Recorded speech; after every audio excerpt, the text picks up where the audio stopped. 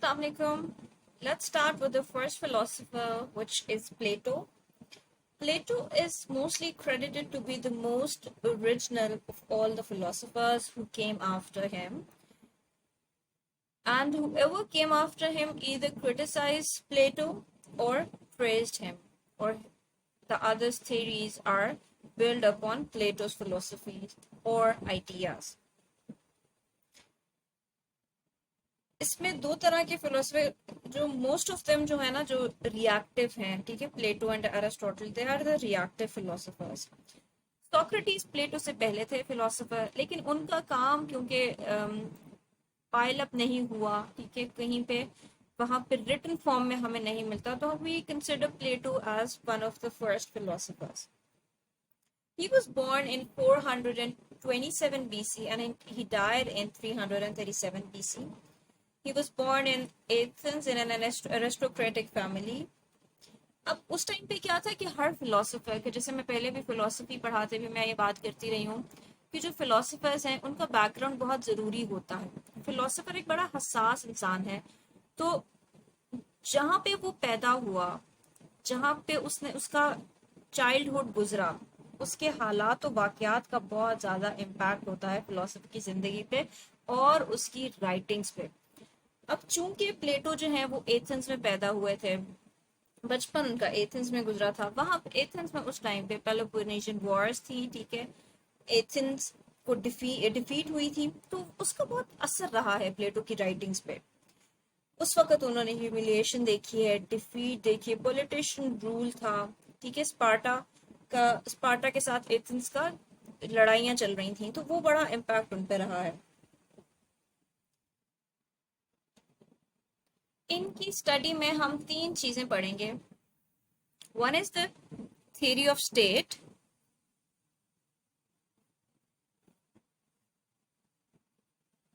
फिर आ जाएगा justice and then education.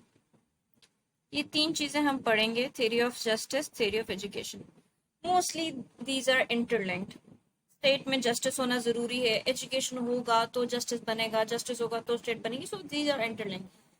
But normally वो कभी कभी वो एक क्वेश्चन भी पूछ लेता है खाली के स्टेट, थ्योरी ऑफ स्टेट क्या है, या इनका कैरेक्टरिस्टिक्स ऑफ स्टेट क्या है, कैरेक्टरिस्टिक्स ऑफ जस्टिस क्या है, या इस पे क्रिटिसिज्म क्या था, तो वो इस तरह भी सवाल कर सकता है. अब इसमें थ्योरी ऑफ जस्टिस हम देखेंगे. इसमें वो बात करते हैं कि स्टेट में जस्टिस होना बहुत जरूरी है and it's the backbone of anything. इसको वो डिवाइड करते हैं, डिवीजन ऑफ पॉपुलेशन होती है, ठीक है, जस्टिस में. डिवीजन ऑफ पॉपुलेशन ऐसे है कि जैसे उन्होंने इसको तीन कैटेगरीज में डिवाइड किया हुआ जस्टिस को, ठीक है. One is the higher class, second class and the lower class, ठीक है. हायर में आपके पास आ जाते हैं फिलोसफर्स, सेकेंड क्लास में आपके पास मिलिट्री आ जाता है, मिलिट्री कैपेबिलिटीज के जो लोग होते हैं वो आ जाते हैं, एंड देन फाइनली आपके पास लेबर वर्कर्स आ जाते हैं, ठीक है. इसको आप डिवीजन ऑफ पॉपुलेशन कहेंगे.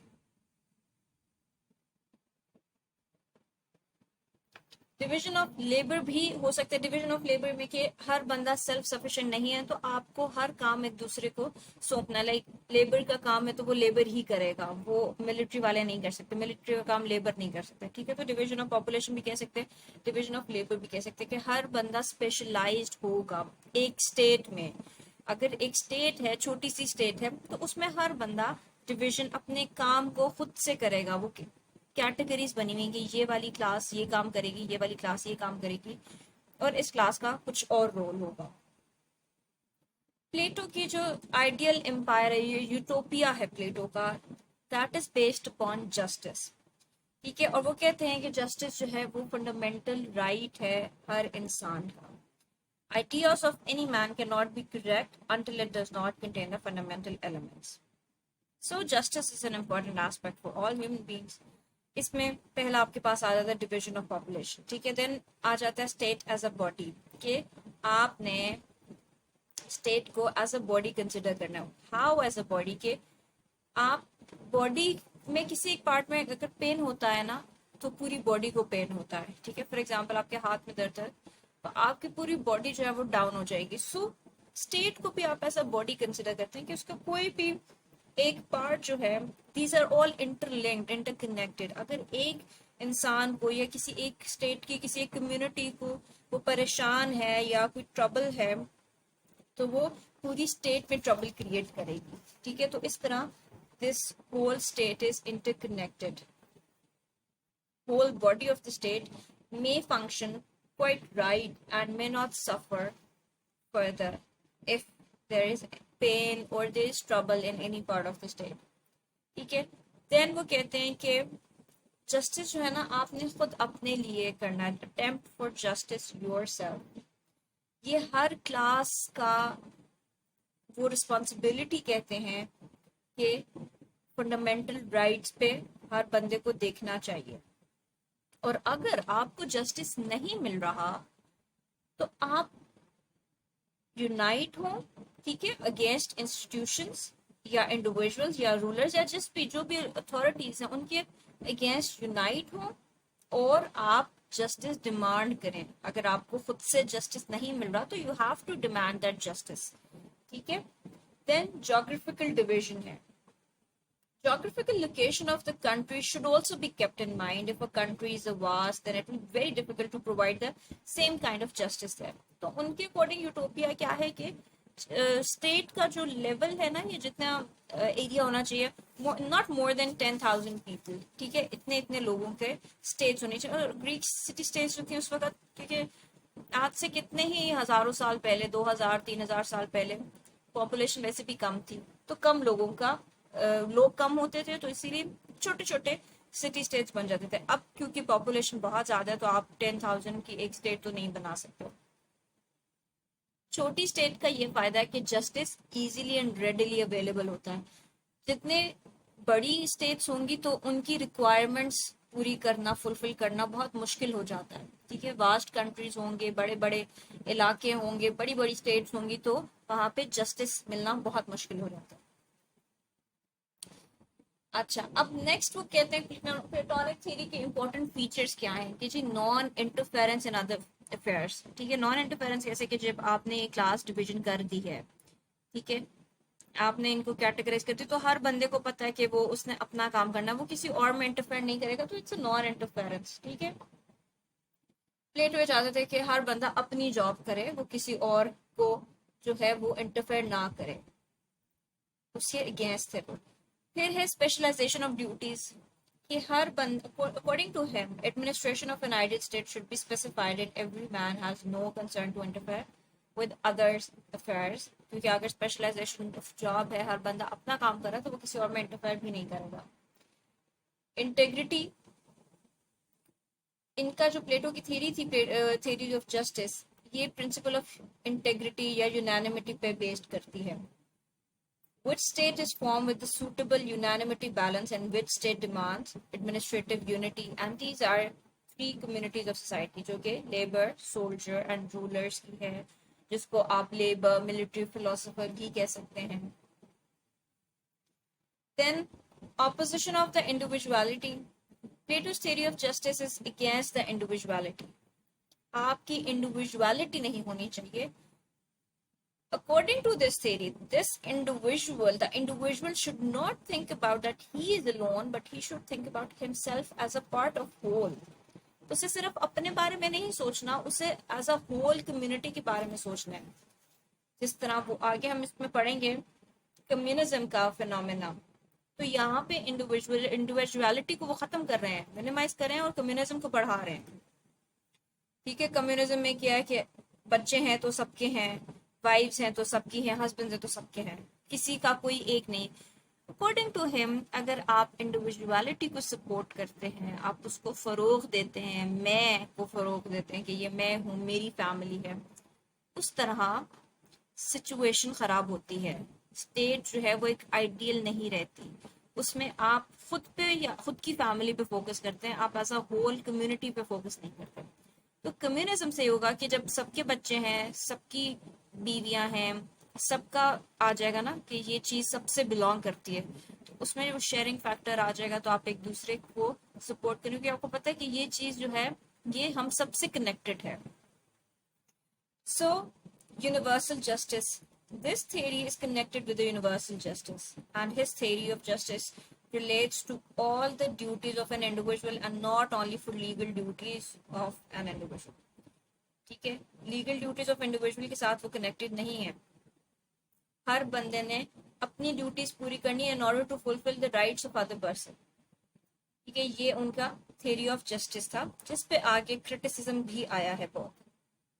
इसमें हम क्रिटिसिज्म पे भी बात करते हैं, because criticism does discuss in questions, पूछ लिया जाता है क्रिटिसिज्म के बारे में. हम क्रिटिसिज्म को देखेंगे कि उसमें क्या है.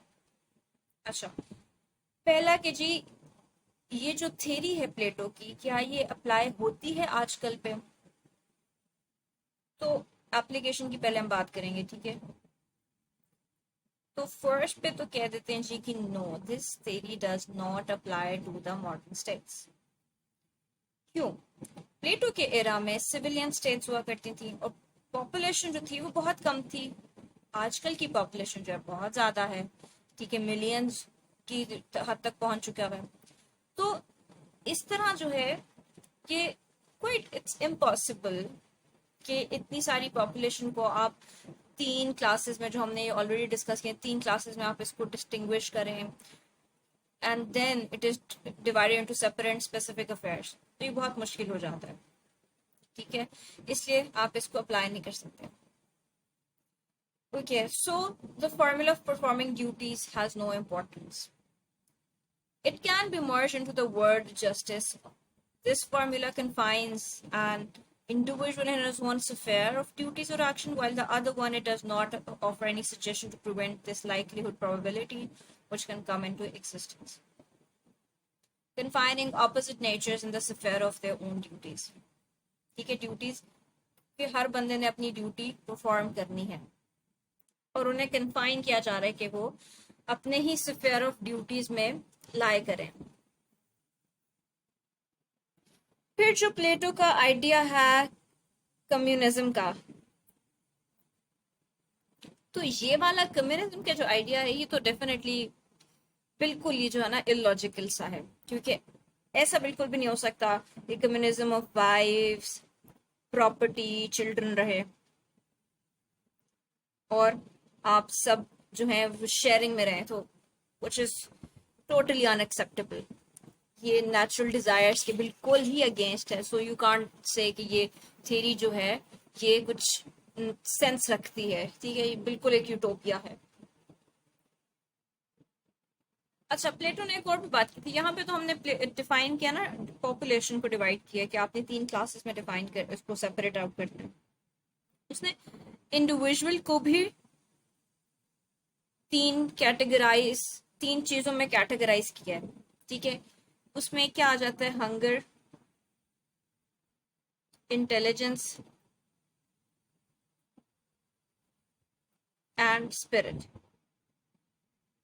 ठीक है, 3 चीजों में.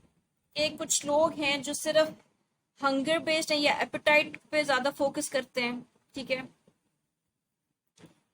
जो लोग एपेटाइट पे फोकस करेंगे वो लेबर में जाएंगे. जो इंटेलिजेंस पे फोकस करेंगे वो जो है वो फिलोसफर्स बन जाएंगे. स्पिरिट पे फोकस करेंगे वो मिलिट्री में जाएंगे. इस तरह ना, मतलब 3 ही चीजों में उन्होंने डिवाइड किया कि ये 3 इंडिविजुअल की खसलतें होती हैं या एक चीज ज्यादा है. तो जो जिसमें ज्यादा इन्फ्लुएंस होगा, हर बंदे में 3 चीजें हैं, लेकिन जिनका फोकस इस पे ज्यादा होगा तो वो इसको ही फॉलो करेंगे और इसी से रिलेटेड फील्ड्स में भी जाएंगे. जिनका जो ताल्लुक है या इन्फ्लुएंस इस पे ज्यादा है वो इसमें जाएंगे, और जिसका स्पिरिट में होगा इन्फ्लुएंस ज्यादा वो इसमें चले जाएंगे. कंसंट्रेशन जो होगी वो ज्यादा, तो उसी तरह वो अपने आप को डेवलप करेंगे किसी एक एलिमेंट पे. If for example if a soldier, अगर सोल्जर है तो he should prepare himself to strengthen the spirit. ठीक है, and if he is a farmer he should fulfil his spirit with a great zeal. So Plato empowers the individual to completely grow and develop only one element, और it's quite impossible कि आप किसी एक चीज पे ज्यादा focus करें. प्लेटो के अकॉर्डिंगली कि इंडिविजुअल को सिर्फ एक फील्ड पे जो है ना एम्पावर उसको करना चाहिए, कोई एक एलिमेंट वो चुनेगा और उसके अकॉर्डिंगली उस पर काम करेगा. So it intercepts for the building and development of other elements. Similarly, each class is deprived of from the growth of two elements. ठीक है, वो deprivation हो जाएगी कि अगर एक बंदा एक पे follow up कर रहा है तो बाकी दो में जो है वो नहीं उसमें वो चीजें होंगी, which is quite unacceptable. ठीक है, क्लास प्रायोरिटी की भी बात करते हैं. इस तरह जो है कि there should not be discrimination between individuals. ठीक है, लेकिन क्या है कि क्लासेस को जिस तरह हम डिवाइड करें फिलोसफर मिलिट्री क्लास क्या बढ़ेगा. ठीक है, प्लेटो ने क्लास डिवीजन को या क्लास प्रायोरिटी को जो है लॉफुल कंसिडर किया था. And by giving the right of government to one class makes them prominent to other class. ठीक है, उनमें से एक क्लास जो है वो प्रोमिनेंट है जो कि फिलोसफर किंग क्लास होगी. ठीक है, जो उनका रूलर होता है वो उसको फिलोसफर किंग बोलते हैं. इस तरह वो बाकियों को जो है वो लिंगर ऑन करें या बाकियों को थोड़ा लो फील करा रहे हैं. तो ये क्लास प्रायोरिटी जो है ये एक गलत चीज है. ठीक है, इनजस्ट या अनजस्ट बात हो जाए कि इनजस्टिस की तरह ये हो जाएगा स्टार्ट. सो कंक्लूड अगर हम करें इस सारी डिस्कशन से हमें क्या पता लगता है. प्लेटो की जो थ्योरी ऑफ जस्टिस है एंशिएंट ग्रीक की, ये कुछ चीजें इसमें यूजफुल हैं. ठीक है, but the platonic theory of politics that is the theory of his moral. ठीक है, moral discipline and the same theory of moral discipline on which people spend their lives. प्लेटो ने कभी भी एक लीगल स्टेट को इमेजिन नहीं किया था which is based on legal duties. ना ही उन्होंने legal duties rights and duties किया था कि वो अपने जो जस्टिस के साथ रिलेशनशिप है उसको इंटैक्ट रखें. ठीक है, उन्होंने क्योंकि आपने सारी थ्योरी देखी इसमें कहीं भी जस्टिस की बात नहीं थी. So कहने को we can say that Plato has given the justice name of such thing by reason of which life is infused in the individual for the completion of moral duties. हर बंदे को अपनी moral duty पूरी करनी है and this is what he called justice. The word which Plato has used for justice is in the meaning more near to the morality or sacristy. So this was all about theory of justice. Next time इनकी ideal state and theory of education को discuss करेंगे. Thank you so much.